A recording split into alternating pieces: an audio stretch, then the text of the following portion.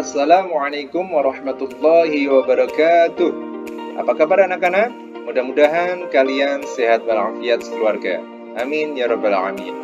Kembali berjumpa dengan Pak Guru dalam pembelajaran yang tentunya sangat ditunggu-tunggu, yaitu pembelajaran PAI kelas 4. Kali ini kita akan membahas tema yang sangat menarik, yaitu tentang kisah keteladanan Wali Songo. Sebelum itu, Pak Guru akan menjelaskan terlebih dahulu tujuan pembelajaran kita. Pertama, melalui video ini, siswa dapat lebih yakin akan kebenaran perjuangan dakwah Wali Songo. Kemudian yang kedua, melalui video ini, siswa dapat memahami kisah keteladanan Wali Songo. Yang ketiga, melalui video ini, siswa dapat menceritakan secara sederhana kisah keteladanan Wali Songo. Nah, berbicara tentang Wali Songo tentu tidak akan lepas dari Pulau Jawa, karena beliau semua itu berdakwahnya terutama pusatnya ada di Jawa, meskipun perluasannya ada di pulau-pulau yang lain. Nah, itu kita bisa lihat di lokasi makam para Wali Songo. Ada Sunan Gresik di Gresik, ada Sunan Ampel di Surabaya, ada Sunan Bonang di Tuban, ada Sunan Derajat di Lamongan, kemudian ada Sunan Kudus di daerah Kudus, terus ada juga Sunan Giri di Gresik, ada Sunan Kalijaga di Demak, kemudian ada Sunan Muria di Gunung Muria, dan juga ada Sunan Gunung Jati di Cirebon. Nah, anak-anak, berbicara tentang Wali Songo, mereka ini disebut wali. Kalian tentu tahu kan alasannya?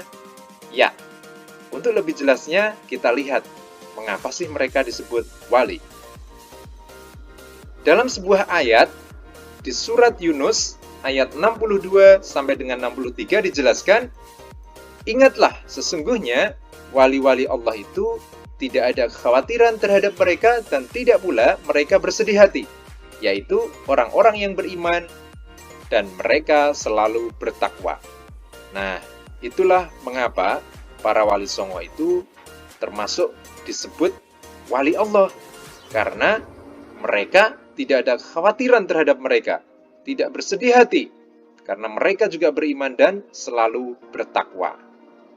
Anak-anak, kita akan mengetahui bagaimana cara dakwah Wali Songo itu. Mereka kebanyakan menggunakan pendekatan kebudayaan masyarakat. Waktu itu masyarakat Jawa sangat menyukai kebudayaan, misalnya wayang, tembang-tembang, syair-syair, sehingga para Wali Songo menggunakan kebudayaan itu untuk berdakwah. Nah, kita coba kaji satu persatu. Sunan Gresik, nama asli beliau Maulana Malik Ibrahim. Sebutan lainnya adalah Sunan Tandes dan Kakek Bantal. Mendapat gelar Maulana Maghribi, Syekh Maghribi, dan Sunan Gresik. Beliau berasal dari Maroko, lahir di Samarkand, Asia Tengah. Beliau orang yang pertama menyebarkan Islam di Pulau Jawa. Beliau hijrah ke Jawa tahun 1329 Masehi. Daerah pertama yang dituju oleh beliau adalah Desa Sembalo, Leran, Gresik. Nah, beliau ini sangat bijaksana. Beliau memperkenalkan budi pekerti yang diajarkan Islam dengan sopan, lemah lembut, sehingga banyak orang yang tertarik masuk Islam. Beliau banyak membela rakyat jelata yang saat itu tertindas oleh kekuasaan Majapahit. Beliau juga mengajarkan cocok tanaman yang tepat kepada masyarakat. Nah, beliau wafat tanggal 12 Rabiul Awal, tahun 822 Hijriah atau 9 April 1419 Masehi. Nah, anak-anak, selanjutnya kita akan bahas yang namanya Sunan Ampel. Sunan itu anak-anak perlu diketahui ya, Sunan itu adalah gelar mulia atau agung di daerah Jawa. Nah, makanya mereka orang-orang mulia dan agung sehingga disebut Sunan. Nah, Sunan Ampel ini lahir tahun 1401 Masehi dengan nama kecil Raden Rahmat. Beliau putra Raja Campa dan keponakan dari Raja Majapahit, yaitu Raja Kertawijaya. Beliau adalah penerus perjuangan dakwah Sunan Gresik. Tahun 1450, beliau menikah dengan Nyi Ageng Manila, putri Bupati Tuban yang sudah memeluk Islam. Beliau menetap di daerah Ampel Denta, pemberian Raja Majapahit. Beliau mendirikan masjid dan pondok pesantren di sana, sehingga dikenal dengan Sunan Ampel. Beliau mengajarkan falsafah moh limo. Moh artinya ora gelem atau tidak mau, limo artinya perkara 5. Maksudnya adalah tidak mau melaksanakan 5 perkara yang dilarang, yaitu pertama, moh main, 2, moh ngombe, 3, moh madat, 4, moh maling, 5, moh madon. Moh main artinya tidak mau berjudi. Moh ngombe artinya tidak mau minum minuman keras. Moh madat artinya tidak mau candu. Ya. Moh maling artinya tidak mau mencuri. Dan moh madon artinya tidak mau berzina. Itulah ajaran Molimo. Beliau mampu melahirkan tokoh wali yang lainnya, yaitu Sunan Giri, Sunan Kalijaga, dan juga putranya sendiri, Sunan Derajat dan Sunan Bonang. Beliau adalah perencana kerajaan Islam Demak dan melantik Raden Patah sebagai Sultan Demak yang pertama tahun 1481 Masehi. Nah, beliau wafat pada tahun 900 Hijriah atau tahun 1494 Masehi, dimakamkan di Ampel Denta, Surabaya. Berikutnya anak-anak, Pak Guru akan mengajak kalian membahas tentang Sunan Bonang. Beliau lahir tahun 1450 Masehi dengan nama Maulana Makhdum Ibrahim. Beliau putra Sunan Ampel dan Nyi Ageng Manila. Dikenal sebagai ahli ilmu kalam dan ilmu tauhid.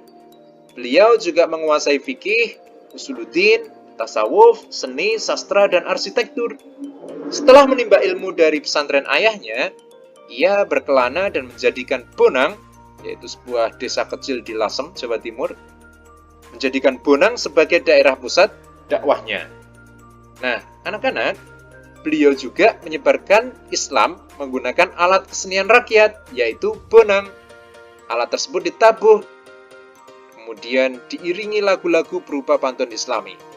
Beliau berhasil mengubah gending sekaten dan tembang Majapahit, yaitu Wijil dan tembang Tombo Ati. Nah, itu sudah sangat terkenal ya, kita pasti tahu itu. Beliau dikenal sebagai pencipta gending pertama dalam penyebaran Islam di pesisir Jawa. Nah, anak-anak, Sunan Bonang ini wafat tahun 1525 Masehi dan dimakamkan di daerah Tuban, Jawa Timur. Berikutnya, Pak Guru akan mengajak kalian membahas tentang Sunan Derajat. Nama aslinya Raden Kosim. Beliau saudara dari Sunan Bonang. Beliau mendirikan pesantren di Desa Derajat, Lamongan, Jawa Timur. Beliau mengubah sejumlah suluk, salah satunya suluk petuah, sebagai berikut bunyinya. 1. Wenehono teken marang wong kang wuto. Itu maksudnya berikanlah tongkat kepada orang yang buta. Kemudian yang kedua, wenehono pangan marang wong kang kaluen. Maksudnya berikanlah makanan kepada orang yang kelaparan.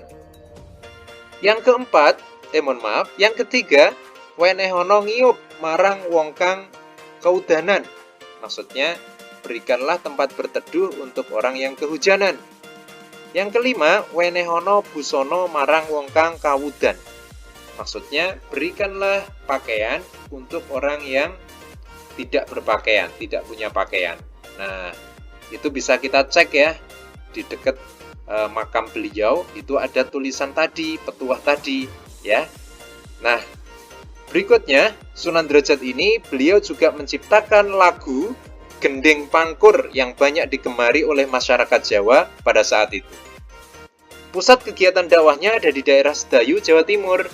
Selain dakwah, beliau juga aktif dalam kegiatan sosial, termasuk yang mempelopori penyantunan anak-anak yatim, fakir miskin, dan orang-orang sakit. Mantap sekali beliau ya.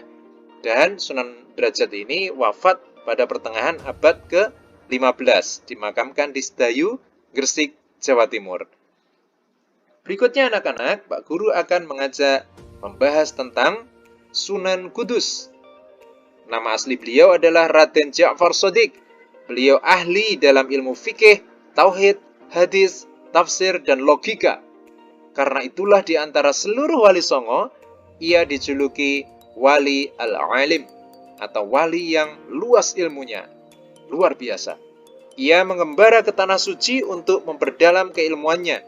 Setelah kembali, ia mendirikan pusat keagamaan yang diberi nama Kudus, diambil dari nama Al-Quds, Palestina.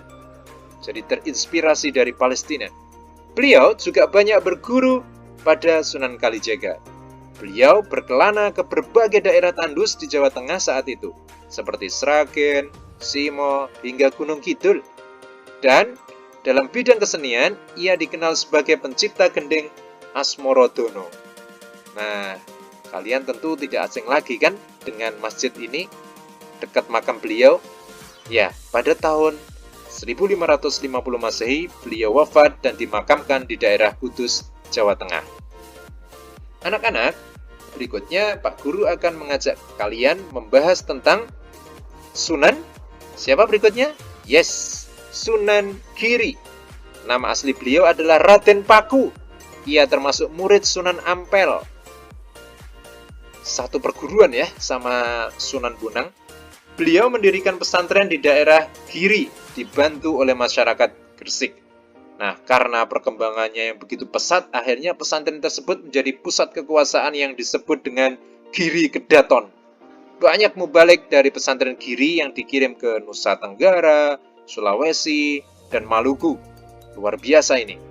Nah, pengetahuan beliau sangat luas sehingga masyarakat menyebutnya Sultan Abdul Faqih. Beliau menciptakan dolanan anak seperti jamuran, jedungan, dan delikan. Ya, delian. Kalian sering kan main itu? Nah, itu dulu diciptakan Sunan Giri. Beliau juga menciptakan gending pocong yang bernuansa Jawa namun tetap Islami. Nah, beliau wafat tahun 1506 Masehi dan dimakamkan di atas bukit dalam cungkup berarsitektur khas Jawa. Sangat unik. Keren ya. Dan berikutnya anak-anak, Pak Guru akan mengajak kalian membahas tentang Sunan Kalijaga. Ini juga sangat terkenal. Nama asli beliau adalah Raden Said. Beliau putra Adipati Tuban yang bernama Tumenggung Wilatikta atau Raden Sahur. Beliau adalah murid Sunan Bonang. Dalam dakwahnya, beliau tidak menetap, melainkan pindah-pindah supaya lebih luas ya dampaknya. Beliau dikenal ahli seni, filsafat, dan kebudayaan. Beberapa karya seni ciptaannya adalah Baju Takwa, lagu Dandang Gulo, dan Semarangan. Menciptakan seni ukir bermotif dedaunan, menciptakan beduk masjid, memprakarsai gerbek maulud, kemudian mencipta gong sekaten, membuat kreasi baru wayang menjadi karikatur, digambar dan diukir pada kulit binatang itu ya, wayang. Nah, itu kalian pasti tahu. Itu ternyata dulu diprakarsai oleh Sunan Kalijaga. Keren sekali ya. Nah, pada pertengahan abad 15, beliau wafat dan dimakamkan di daerah Kadilangu, Demak, Jawa Tengah. Anak-anak, berikutnya Pak Guru akan menjelaskan tentang Sunan Muria. Nama asli beliau adalah Raden Umar Said atau Raden Prawoto. Beliau adalah putra Sunan Kalijaga dan Siti Sarah. Beliau adalah salah seorang wali songo yang banyak berjasa dalam menyiarkan agama Islam di daerah pedesaan. Beliau banyak bergaul dengan rakyat jelata, sambil bercocok tanam, berladang, dan berdagang. Nah, beliau berdakwah di sana. Media kesenian yang beliau gunakan berdakwah adalah gamelan. Ia menciptakan gending sinom dan kinanti. Cara dakwahnya dengan mengadakan kursus-kursus bagi kaum pedagang, para nelayan, dan rakyat biasa. Sunan Muria ini juga berperan sebagai penengah dalam konflik istana di Kesultanan Demak. Beliau ahli sekali dalam memecahkan masalah meskipun sangat rumit. Wow, luar biasa. Nah, pada tahun 1560 Masehi, beliau wafat dan dimakamkan di Gunung Muria, Jawa Tengah. Nah, bisa kita lihat ya, tinggi sekali itu makamnya di atas gunung. Kita perjelas? Wow, luar biasa ya. Baik anak-anak, kemudian yang terakhir, kita akan membahas tentang Sunan Gunung Jati. Nama asli beliau adalah Raden Syarif Hidayatullah. Beliau banyak berjasa pada penyebaran Islam di Jawa Barat dengan mendirikan Kesultanan Cirebon. Pusat dakwah beliau berada di daerah Gunung Jati, Cirebon, Jawa Barat. Nah, beliau wafat pada tahun 1540 Masehi dan dimakamkan di Gunung Jati, Cirebon, Jawa Barat. Nah, anak-anak, itu adalah kisah keteladanan dari para wali songo yang sampai sekarang namanya selalu abadi dijadikan nama-nama perguruan tinggi yang tersebar di Indonesia, khususnya di Pulau Jawa. Anak-anak, berikutnya Pak Guru akan memberikan tugas kepada kalian. Yang pertama, kalian membuat karya. Karyanya apa? Buatlah ringkasan sederhana tentang kisah keteladanan Wali Songo sesuai dengan penjelasan video tadi. Boleh juga mencari sumber lain. Kemudian, tulis di buku tulis PAI atau kertas HVS ringkasannya. Kemudian yang ketiga, sertakan foto para Wali Songo pada cerita tersebut. Bisa cari di Google ya. Bisa juga pakai video tadi.